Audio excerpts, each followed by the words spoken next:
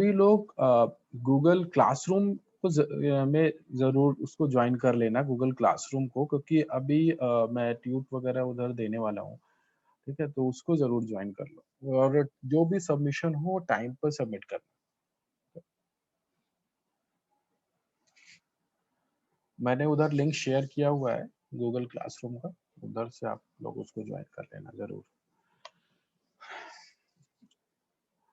बाकी हम लोग जो आपका यूनिट 1 है, उसमें ज़्यादातर चीज़ें हम लोग की हो चुकी है। आज मैं और भी मतलब ऐसा नहीं है आज मैं यूनिट 2 स्टार्ट करने वाला हूँ, नहीं यूनिट 1 पे ही रहने वाले हैं। क्योंकि अभी कुछ स्टूडेंट्स ऐसे थे जिन्होंने बहुत लेट जॉइन किया हुआ है, ठीक है? लास्ट क्लास में काफ़ी लेट जॉइन किया, उनको मैंने अभी ज़्यादा कुछ नहीं पता है इस सब्जेक्ट के बारे में। तो आज हम लोग क्या करने वाले हैं, एक बार मैं बहुत जल्दी एक रिवाइज़ करा दूँगा, जो भी चीज़ें अभी तक क्लास में हुई हैं, उसके बाद फिर हम लोग जो टॉपिक्स नहीं हुए हैं, उसको देखेंगे, ठीक है? अगर कहीं पर भी किसी को कुछ डाउट हो, तो पूछ लेना। ये लास्ट टाइम मैं रिवाइज़ करा रहा हूँ, इसके बाद नहीं कराऊँगा, ठीक है? क्योंकि अभी स्टूडेंट्स जॉइन नहीं कर पाए थे, इस वजह से मैं करा रहा हूँ।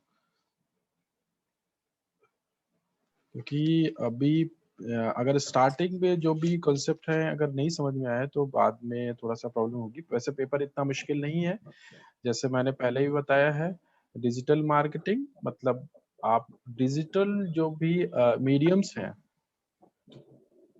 अ, ऋषभ म्यूट कर लो अपने आप को। ऋषभ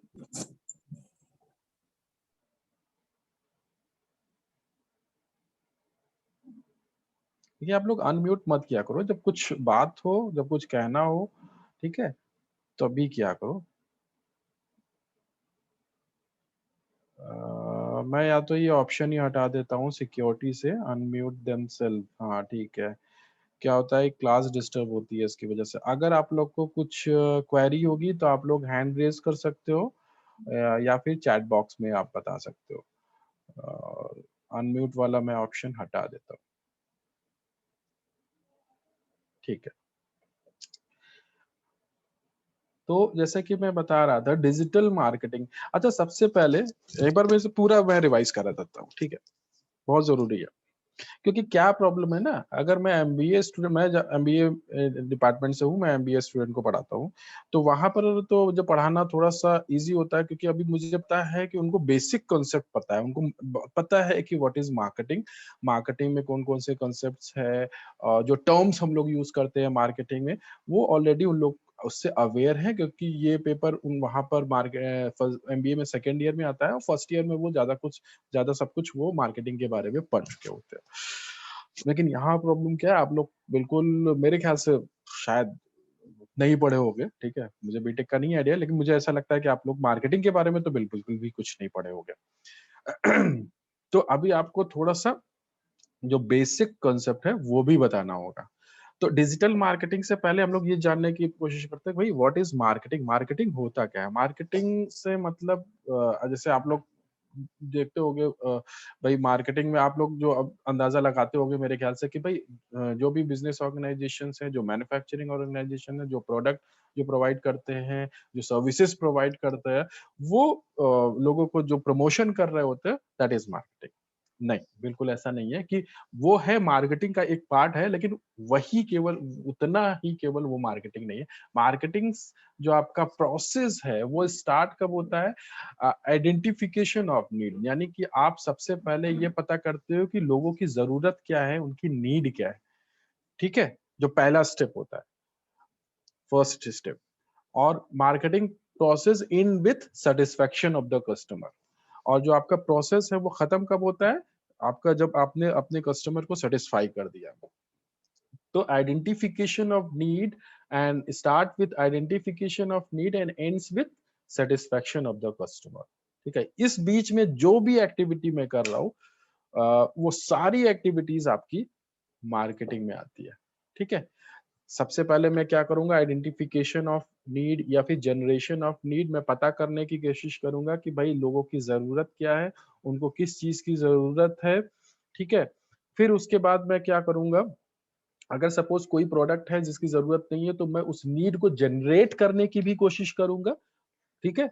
वो चीज़ भी मैं कर सकता हूँ। वो कैसे कर सकता हूँ? वो सर्वे के थ्रू लोगों के पास जाकर, उनसे पूछ कर, ठीक है? क्वेश्चनेयर वगैरह स के थ्रू, ठीक है? वो चीज़ें मैं डेटा कलेक्ट कर सकता हूँ, वो चीज़ें मैं पता कर सकता हूँ। उसके बाद मैं क्या करूँगा, नेक्स्ट स्टेप क्या होगा मेरा, मैं उस डेटा को एनालाइज़ करूँगा और उसके बेसिस पे मैं फिर उस डेटा के बेसिस पे फिर मैं प्रोडक्शन या जो मैन्युफैक्चरिंग वाला प्रोसेस है, उस प्रोडक्ट को बनाने वाला प्रोसेस है, प्रोडक्ट डेवलपमेंट, वो सारा जो प्रोसेस है, उसको मैं करना स्टार्ट करूँगा। फिर उसके बाद अगला स्टेप क्या होगा, मैं फिर वही लोगों को अवेयर करूँगा कि भई आप लोगों को पता तो चले कि मेरा प्रोडक्ट मार्केट में आ गया है, अभी आप लोग उसको ले सकते हो, ये बेनिफिट्स हैं जो मेरे प्रोडक्ट को लेने से आप लोगों को होगा, ठीक है? अवेयर करना है, उनको इन्फ्लुएंस करना है, जिससे ज़्यादा से ज़्यादा लोग मेरे प्रोडक्ट को खरीदें और उसके बाद मुझे आफ्टर सेल सर्विसेज़ भी प्रोवाइड करनी है, जिससे कि मैं अपने कस्टमर को सैटिस्फाई कर पाऊँ या उनसे पूछना है, फीडबैक भी लेना है कि कुछ प्रॉब्लम तो नहीं है, अगर प्रॉब्लम है, तो मैं उसको वहाँ पे मॉडिफ़िकेशंस करूँगा, उस प्रॉब्लम को ख़त्म करने की कोशिश करूँगा। अंतिम में लास्ट में मेरा कस्टमर सैटिस्फाई होना चाहिए, वो बहुत ज़रूरी है। उससे क्या होगा, सैटिस्फाई होने से मैं उसको वापस फिर से वो मेरे प्रोडक्ट को खरीदेगा, वो वर्ड ऑफ माउथ जिसे बोलते हैं, मतलब लोग आपके प्रोडक्ट के बारे में क्या बातें कर रहे हैं, चाहे ऑनलाइन या ऑफ़लाइन, वो पॉज़िटिव होगा, ठीक है? अगर सैटिस्फाई होगा और फिर मुझे और ज़्यादा कस्टमर्स मिलते चले जाएँगे। तो ये पूरा प्रोसेस होता है आपका मार्केटिंग प्रोसेस। इतनी सारी एक्टिविटीज़ हम लोग को मार्केटिंग प्रोसेस में करनी होती है। मगर अभी यही चीज़, ये सारा चीज़ें अगर मैं डिजिटल प्लेटफ़ॉर्म पे कर रहा हूँ, ये सारी एक्टिविटीज़, तो आपका वो डिजिटल मार्केटिंग, ठीक है? तो वही चीज़ें मैंने यहाँ पर बताने की कोशिश की हुई है अभी तक। Digital marketing is a marketing technique that makes use of electronic devices like desktop, laptop, phone, tab. We focus on various internet medium for digital marketing. यहाँ पे हम लोग ने सर्च इंजन की बात की थी, वेबसाइट की बात की थी, सोशल मीडिया की बात की थी, मोबाइल ऐप की बात की थी और ईमेल की बात की थी। उसके बाद हम लोग ने कंपेयर किया था ट्रेडिशनल वर्सेस डिजिटल मीडिया को, ठीक है? यहाँ पर हम अगर हम लोग डिजिटल मीडिया की बात कर रहे हैं, जैसे कि आपका सोशल मीडिया है या आपका सर्च इंजन है या ईमेल है, तो वहाँ पर हमारे चांसेस ज़्यादा होते हैं कि हम ज़्यादा लोगों तक पहुँच सके, मगर ट्रेडिशनल तरीके में यहाँ पर एग्ज़ाम्पल दिया गया पेपर एडवर्टाइज़मेंट, न्यूज़पेपर की बात कर रहे हैं। तो वहाँ पर आप केवल उतने लोग के साथ पास पहुँच सकते हो या उतने लोगों तक आप इन्फॉर्म कर सकते हो, जिन्होंने वो न्यूज़पेपर आपका लिया या पढ़ा। मगर अ, यहाँ पर डिजिटल जो प्लेटफ़ॉर्म है, वहाँ पर आप जितना एफ़र्ट लगाओगे, उतने ज़्यादा लोगों तक वो इन्फॉर्मेशन पहुँच सकती है। उसके बाद टारगेट ऑडियंस की बात करते हैं। टारगेट ऑडियंस से मतलब है ऐसी ऑडियंस जिसके पास पोटेंशियल है आपके प्रोडक्ट के लिए, ठीक है?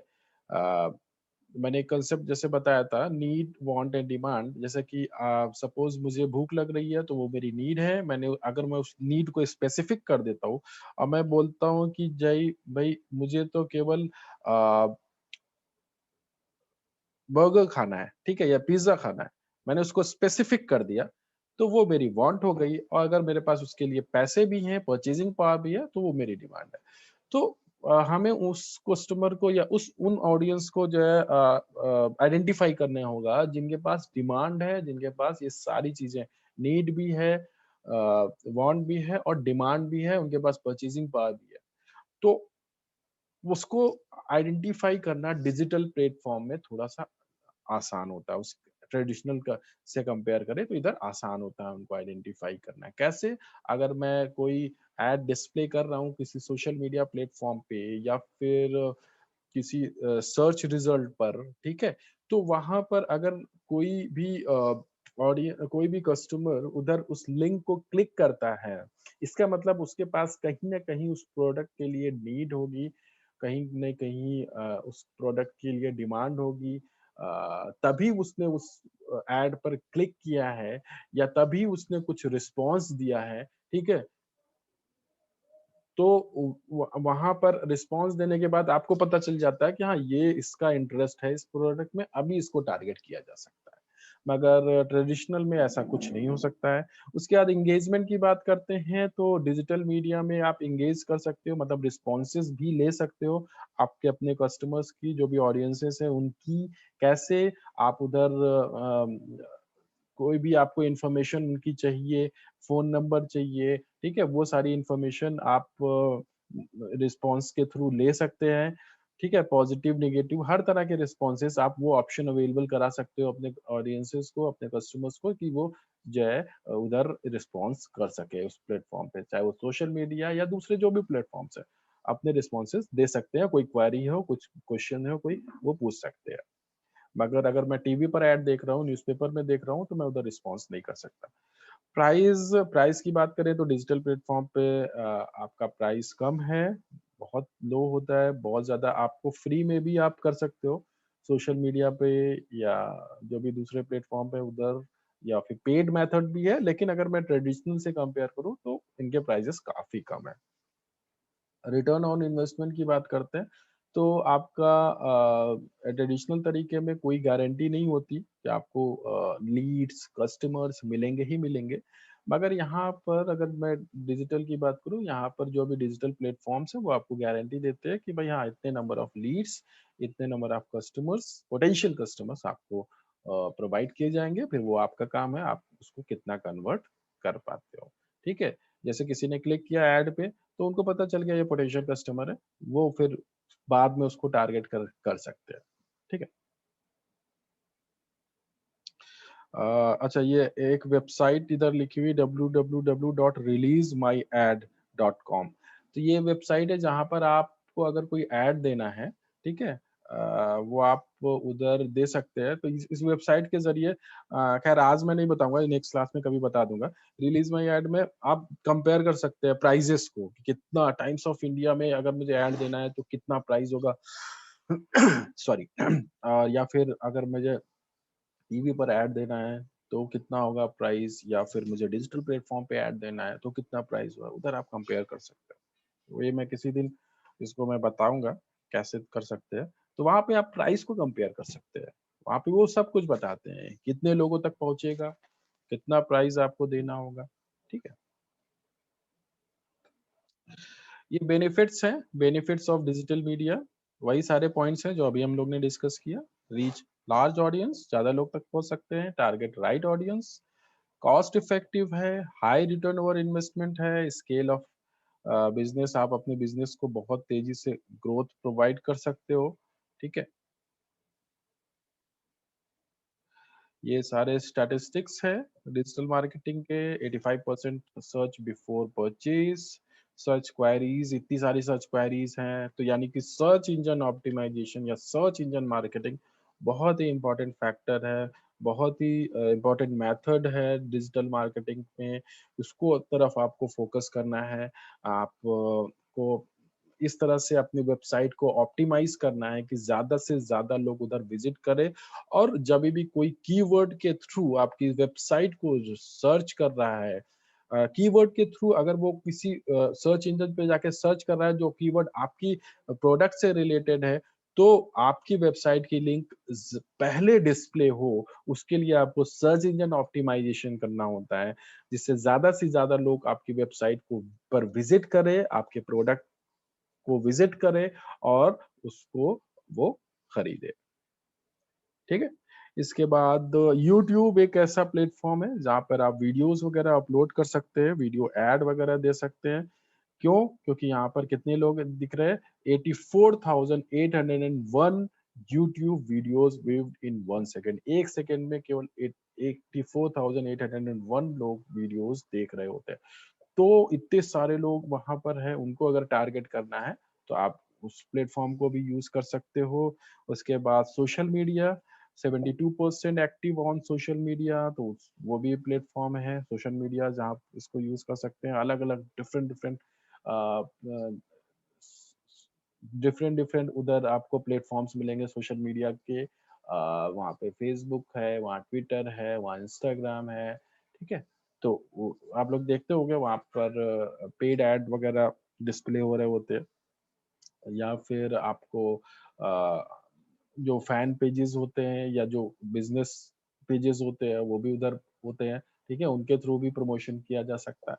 तो बहुत तरीके हैं, वो हम लोग इंडिविजुअली हर एक जो आपका सोशल मीडिया प्लेटफ़ॉर्म्स हैं, उनको हम लोग इंडिविजुअली आगे पढ़ेंगे। फ़ेसबुक, ट्विटर इंस्टाग्राम और जो दूसरे प्लेटफॉर्म्स हैं। 89% of users purchase based on reviews. 89% लोग जो है वो रिव्यू के बेसिस पे डिसीजन लेते हैं कि उनको प्रोडक्ट खरीदना है या कि नहीं खरीदना है।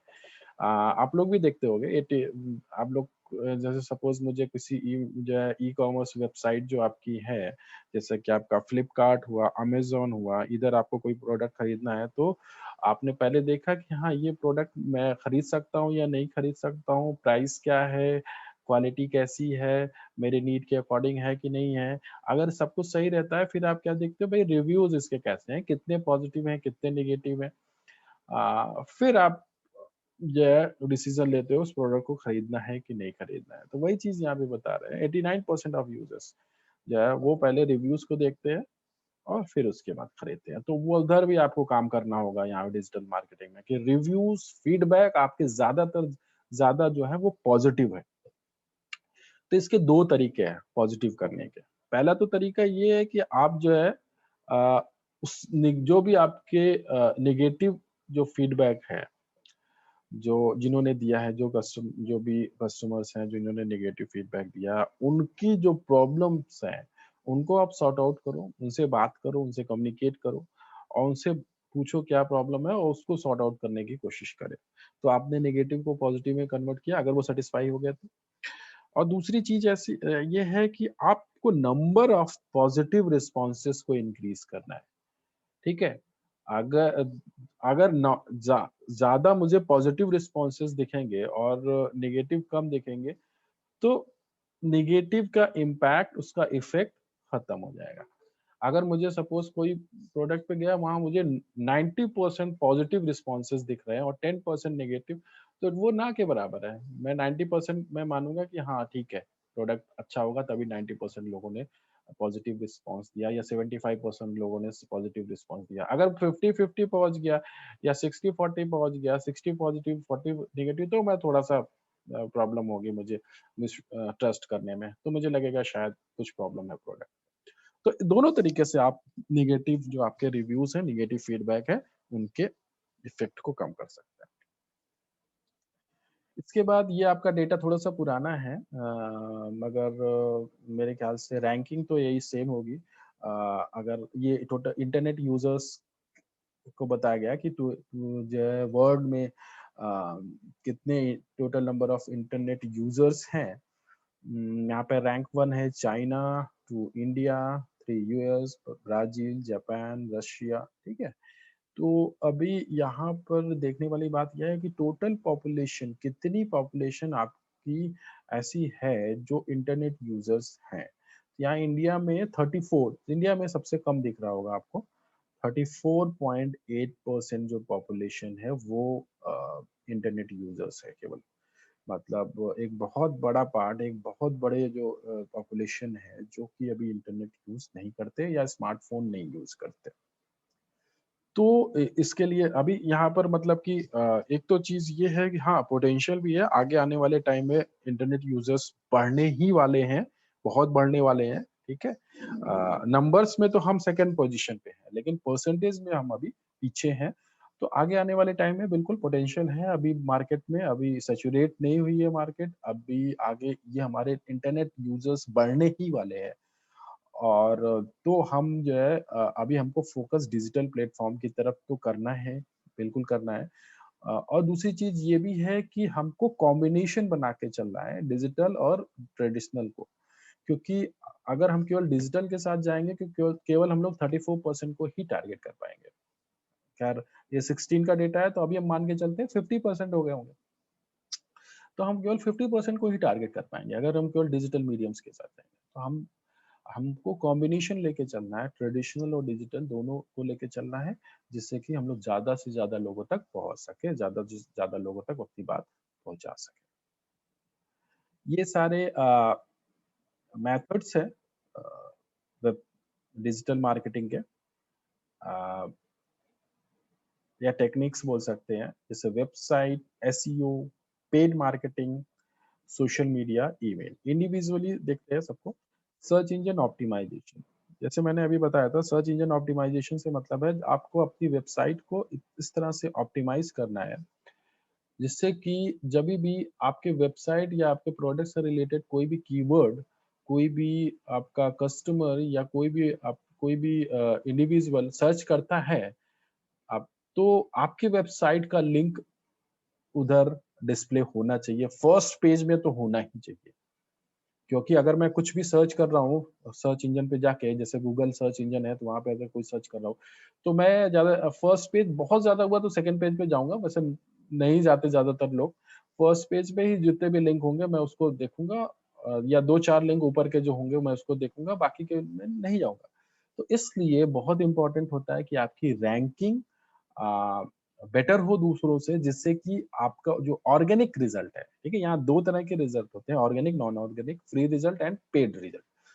तो ऑर्गेनिक रिजल्ट पे आपका ज़्यादा ट्रस्ट होता है, जो कि बिना पे किए हुए जो रिजल्ट दिख रहे होते हैं, ठीक है? अगर आप गूगल पे जाओगे, कोई भी कीवर्ड अगर आप टाइप करोगे, सपोज़ मुझे स्मार्टफ़ोन चाहिए, तो फ़ोन चाहिए, मैंने लिखा बेस्ट स्मार्टफ़ोन, तो ये आपका कीवर्ड हो गया, इससे रिजल्ट मुझे दिखेगा।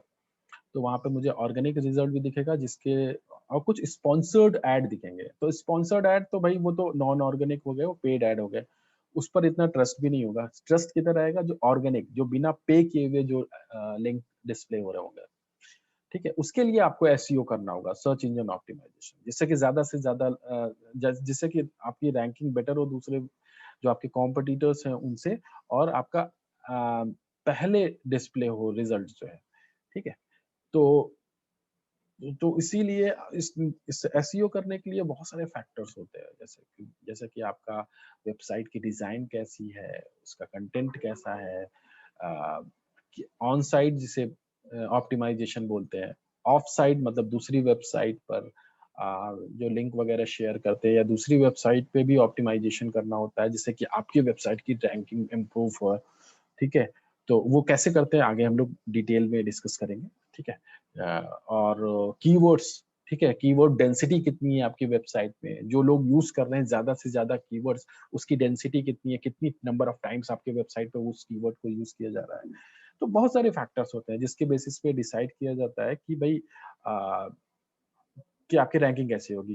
अ, ये कौन है? ऋषभ प्रताप सिंह। यार देखो, एक प्रॉब्लम ये हो रही है कि आप लोग बहुत लेट जॉइन कर रहे हो।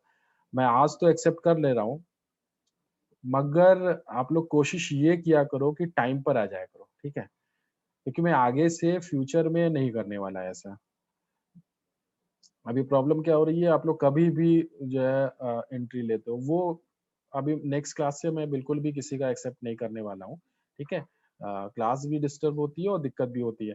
तो इसलिए अभी आप लोग क्या करना है, 5 मिनट या मैक्सिमम 10 मिनट, इससे ज़्यादा नहीं। 10 मिनट लेट हो सकते हो, इससे ज़्यादा नहीं, ठीक है?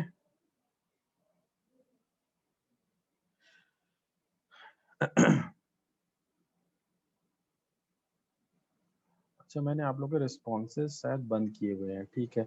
अच्छा, किसी को अगर कुछ भी क्वेरी हो, क्योंकि मैंने आप लोग को म्यूट कर रखा है, आप लोग के पास अनम्यूट करने का ऑप्शन भी नहीं है। तो आप लोग कुछ प्रॉब्लम हो तो हैंड रेज़ करना, और चैट, मैंने चैट का ऑप्शन दे रखा है, ठीक है? हाँ, ठीक है। तो वो चीज़ कर सकते हो आप। क्योंकि प्रॉब्लम क्या हो रही थी, अभी मैंने इसके पहले क्लास लिया, वो काफ़ी डिस्टर्ब हो रही थी इस वज़ह से, तो इसलिए मैंने ऐसा किया हुआ है। ठीक है। तो सर्च इंजन ऑप्टिमाइज़ेशन में जैसे मैंने बताया, बहुत सारे फैक्टर्स होते हैं, ठीक है? बहुत सारे फैक्टर्स होते हैं जो काम करते हैं, जिसके बेसिस पे रैंकिंग डिसाइड की जाती है कि उस वेबसाइट की रैंकिंग कैसी होगी, और वो वेबसाइट की पोजीशन किधर होगा, मतलब जब भी कोई कीवर्ड टाइप करके उस सर्च इंजन पर सर्च करेगा, तो उस पहली पोजीशन पे उसका रिजल्ट दिखेगा, सेकंड पोजीशन, थर्ड पोजीशन, जिसकी रैंकिंग बेटर होगी, वो जो है फर्स्ट पेज पे या फर्स्ट पोजीशन पर दिखेगा, ठीक है? ये हम लोग आगे डिटेल में पढ़ेंगे, सर्च इंजन ऑप्टिमाइजेशन। आगे बढ़ते हैं। Paid marketing, in paid marketing we use various channels like website and search engines to promote our services। आप लोग देखते ही होंगे सब पेड, आप चाहे मोबाइल ऐप हुआ या फिर सोशल मीडिया हुआ, यूट्यूब हुआ, वहां पर आप लोग को ऐड वगैरह दिखते होंगे, सारे पेड ऐड होते हैं।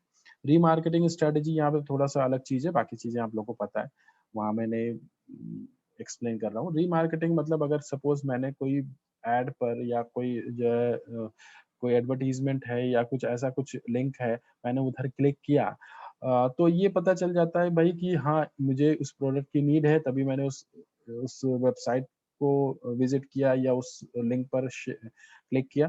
तो उससे क्या होता है फिर रीमार्केटिंग स्ट्रेटजी, मतलब अभी सर्च इंजन को या फिर जो सोशल मीडिया उसको पता चल गया कि भाई हाँ, या मार्केटर्स है उनको पता चल गया इसको इस प्रोडक्ट की नीड है। अभी आप कोई भी पेज खोलोगे, कोई भी सोशल मीडिया पेज खोलोगे या कुछ भी आप ईमेल भी ओपन करोगे, तो उधर आपको उसी प्रोडक्ट से रिलेटेड इंफॉर्मेशन आपको देखने को मिलेगी, ठीक है? तो इसको बोलते हैं remarketing strategy. Next, social media. सब कुछ पता है यार सोशल मीडिया के बारे में तुम लोग को, इसमें कुछ बताने की ज़रूरत है नहीं। अलग-अलग प्लेटफ़ॉर्म्स हैं, अलग-अलग तरह से काम करते हैं। फ़ेसबुक, यूट्यूब, ट्विटर, ठीक है? फिर यूट्यूब भी आपका एक तरह का social media plus search engine बोल सकते हो, दोनों चीज़ें बोल सकते हो। वहाँ आप सर्च भी कर सकते हो, सोशल मीडिया की तरह भी काम करता है। तो वो यूट्यूब दोनों तरह से काम करता है, ठीक है? आप उसको सर्च इंजन भी बोल सकते हो और सोशल मीडिया। लिंक्डइन, लिंक्डइन थोड़ा-सा अलग है, ठीक है? मेरे ख्याल से सभी आप सब लोग का सभी का लिंक्डइन पे प्रोफाइल होगा ही होगा। अगर नहीं है तो बिल्कुल बना लीजिए, बहुत ज़रूरी है आप लोग के लिए। आप लोग का फाइनल ईयर है, उसके बाद तो आप लोग को लिंक्डइन का काम लगेगा ही लगेगा। तो उसमें तो ज़रूर होना चाहिए। मेरे ख्याल से सभी का होगा। ईमेल मार्केटिंग, मेल के थ्रू, ठीक है? आप कस्टमाइज़ मार्केटिंग कर सकते हैं, हर एक इंडिविजुअल कस्टमर को टारगेट कर सकते हैं। तो देखते होंगे ईमेल पर आपको ऐड वगैरह दिखते होंगे, तो वो एक तरीका हो सकता है। ये सारे एडवांटेजेस हैं, global reach, lower cost, interactive, ठीक है? हाइली पर्सनलाइज़्ड, मुझे नहीं लगता ये सारी चीज़ें हो चुकी है, मतलब इसमें ये सारे पॉइंट्स हम लोग डिस्कस कर चुके हैं, ऐसा कुछ है नहीं है बताने को। फास्टर रिस्पॉन्स, तुरंत रिस्पॉन्स मिलेंगे, सिम्पलिस्ट टारगेटेड मार्केटिंग, अभी हम लोग ने डिस्कस किया।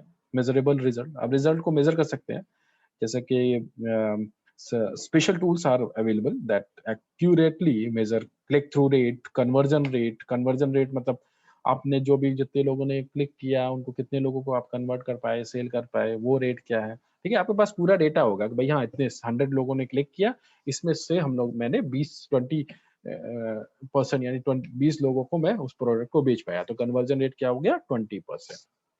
इस तरह से क्लिक थ्रू थ्रू रेट मतलब कितने लोगों ने उस ऐड को क्लिक किया, तो ये सारा डेटा तो आपको मिल जाता है, पता चल जाता है। तो इससे क्या होगा, आपको आइडिया लग जाएगा कि भाई जो भी मैं एफर्ट डाल रहा हूँ उसका मुझे रिजल्ट मिल रहा है कि नहीं मिल रहा है। मेरी सेल जो एफर्ट जो मेरी सारी है वो सेल में कन्वर्ट हो रही है कि नहीं कन्वर्ट हो रही है, लोगों तक इन्फॉर्मेशन पहुंच रही है कि नहीं पहुंच रही है, ठीक है? अगर नहीं पहुंच रही है या प्रॉब्लम है तो फिर मैं कुछ अपनी स्ट्रेटेजी में चेंजेस कर सकता हूँ, मॉडिफिकेशन कर सकता हूँ। ये चीज़ यहाँ पर। लेकिन जो ट्रेडिशनल मार्केटिंग जो मेथड्स हैं, उधर ये चीज़ बहुत मुश्किल है। कर तो सकते हैं लेकिन थोड़ा-सा मुश्किल है और एक्यूरेट उतना नहीं पता चल सकता। वहाँ पर मैं क्या करूँगा? जैसे ट्रेडिशनल तरीका है, न्यूज़पेपर में मैंने ऐड दिया, तो मैं क्या कर सकता हूँ? मैं ये कर सकता हूँ कि भाई पहले कितनी सेल थी वो, और ऐड के बाद कितनी सेल हुई वो दोनों डेटा को मैं कंपेयर कर सकता हूँ, इससे ज़्यादा कुछ नहीं कर सकता। सपोज़ पहले हुँ, जो सेल क्वांटिटी थी वो सपोज़ 10,000 यूनिट्स थे।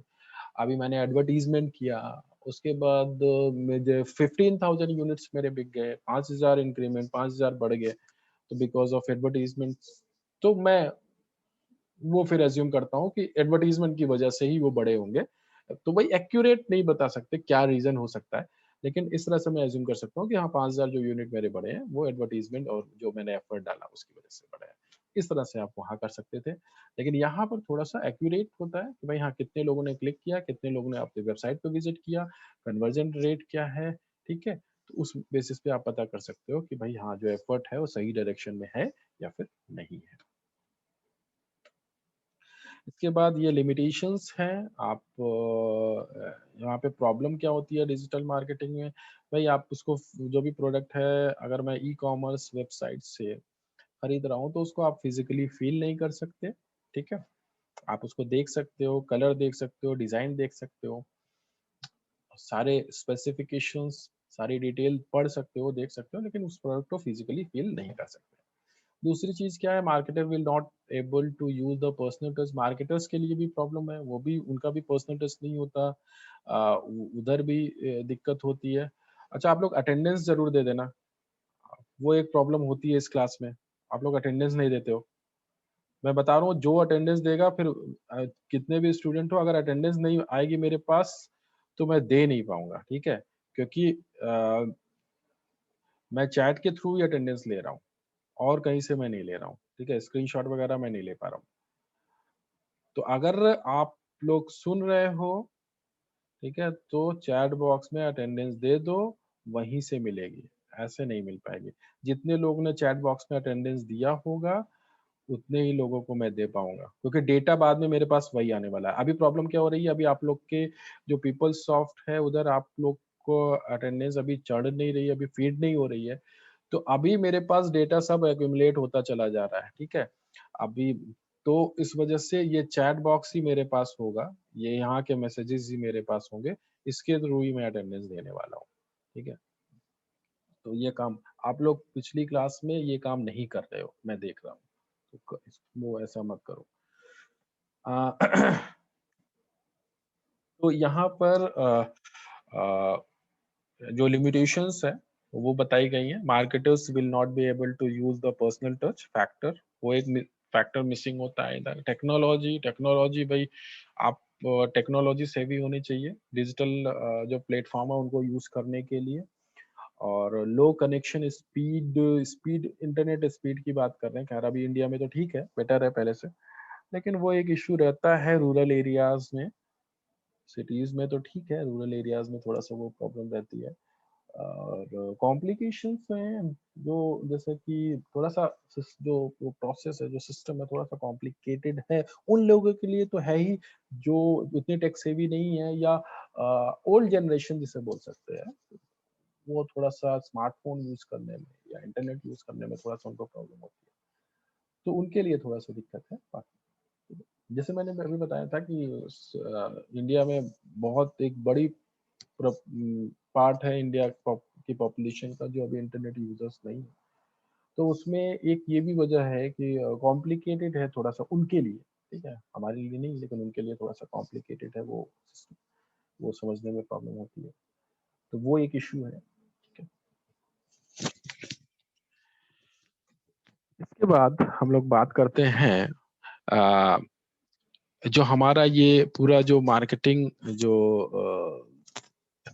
एक जो सिस्टम है, एनवायरनमेंट है, मार्केटिंग एनवायरनमेंट, तो वो अभी शिफ्ट हो रहा है। शिफ्ट हो रहा है, या फोकस हम ये बोल सकते हैं, जो फोकस अभी हमारा ट्रेडिशनल में तो है, लेकिन ट्रेडिशनल के साथ साथ अभी डिजिटल की तरफ अभी वो फोकस शिफ्ट हो रहा है, ठीक है। ऐसा नहीं है कि मैंने ट्रेडिशनल तरीके को, ट्रेडिशनल मेथड को छोड़ दिया, मगर अभी वो फोकस जो है अभी शिफ्ट हो रहा है डिजिटल की तरफ।